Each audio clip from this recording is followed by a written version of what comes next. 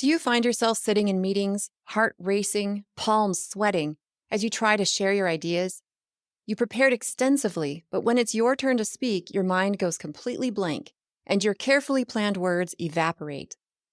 I'm Dr. Annie Campanile, trauma survivor and professional coach, and today I'm sharing why this happens to even the most accomplished professionals, and more importantly, how you can calm yourself and find your voice even when facing criticism.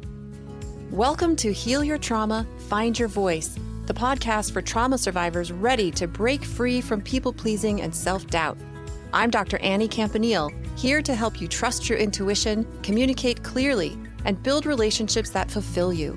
Each week, you'll learn practical tips to heal past wounds and turn surviving into thriving. Welcome back to episode 3. Today, we're tackling those high-stakes moments when criticism feels paralyzing. This brings me to a client I'll call Rachel, whose story perfectly illustrates how this survival response shows up in high-stakes situations, and how it's possible to move from freeze to flow. On paper, Rachel was the most experienced physician in her hospital's board meetings. She had performed thousands of successful surgeries and pioneered new surgical techniques that had saved hundreds of lives.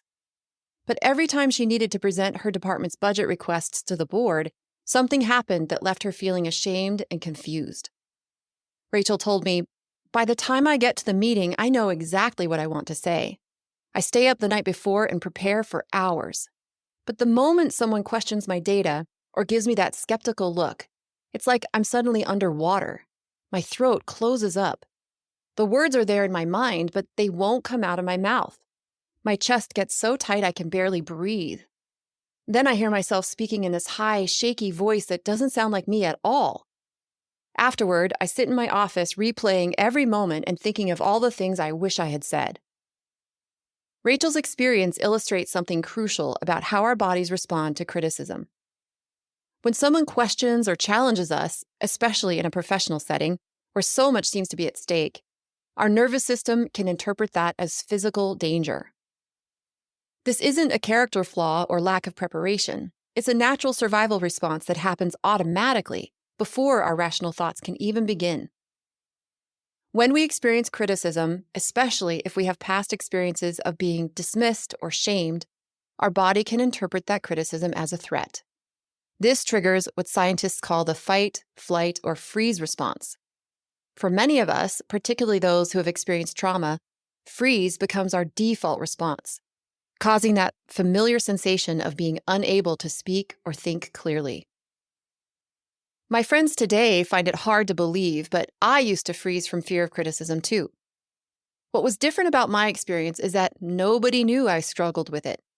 On the outside, I seemed confident and well-spoken, but that's because I had spent hours by myself trying to think of every possible risk of criticism and then preparing myself to avoid it or overcome it by totally controlling every aspect of myself. This happened nearly every day when I was in graduate school in upstate New York. Before joining the hotel school at Cornell University, I had worked as a manager in Yellowstone Park, a far cry from the formality and prestige of the Ivy League. Even though I believed that I was smart enough to be in the master's program, I worried relentlessly about saying the wrong thing or looking out of place among classmates from wealthy families.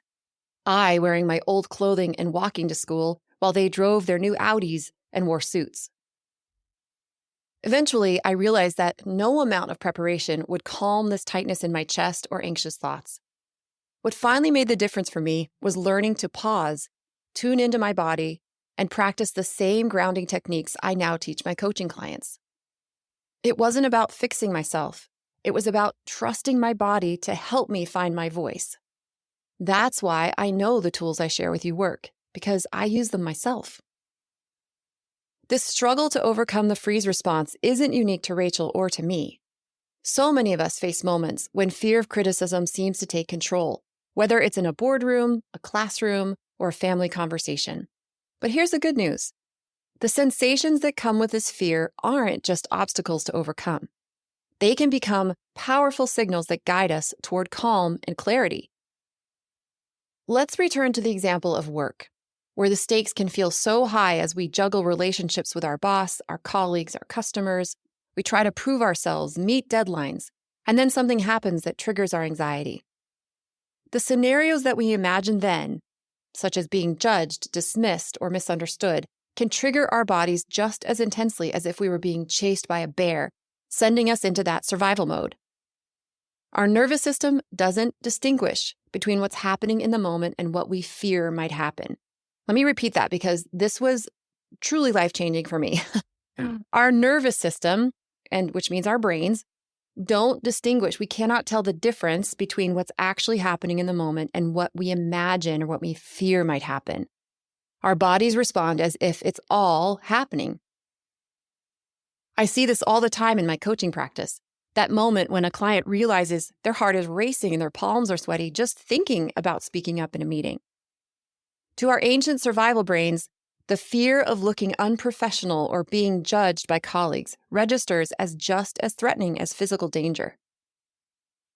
What's remarkable is how Rachel discovered that the physical sensations she experienced when criticized, that closed throat, the tight chest, the shaky voice, they weren't her enemies. Instead, she learned to see them as her allies. Instead of resisting the sensations, she learned to interpret them as cues to give herself exactly what she needed in those moments, a chance to ground herself and reconnect with her voice. How did she do that? She adopted a simple yet powerful practice I call breath, seat, feet. Whenever she noticed that familiar tightness in her throat, Rachel would do these three things. First, she would take one slow, full breath. Then she noticed the physical sensations of her body against her chair. This included details like the pressure of the chair against her skin, the firmness of the chair, and whether the chair made her body feel warmer or cooler. Finally, she would feel her feet making firm contact with the floor. That's it.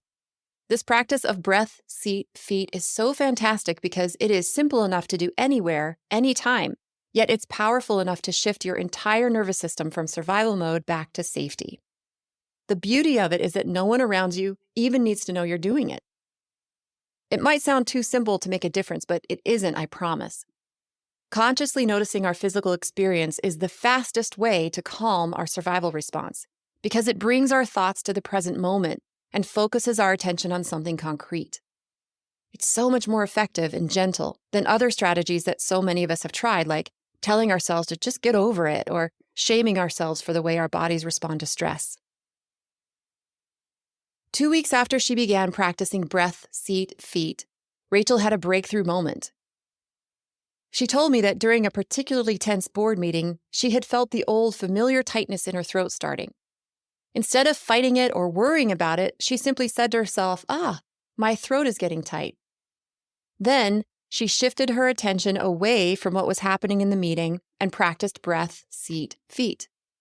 After taking a slow, full breath, noticing the chair beneath her and feeling her feet on the floor, to her amazement, the tightness in Rachel's throat released and her emotions calmed down.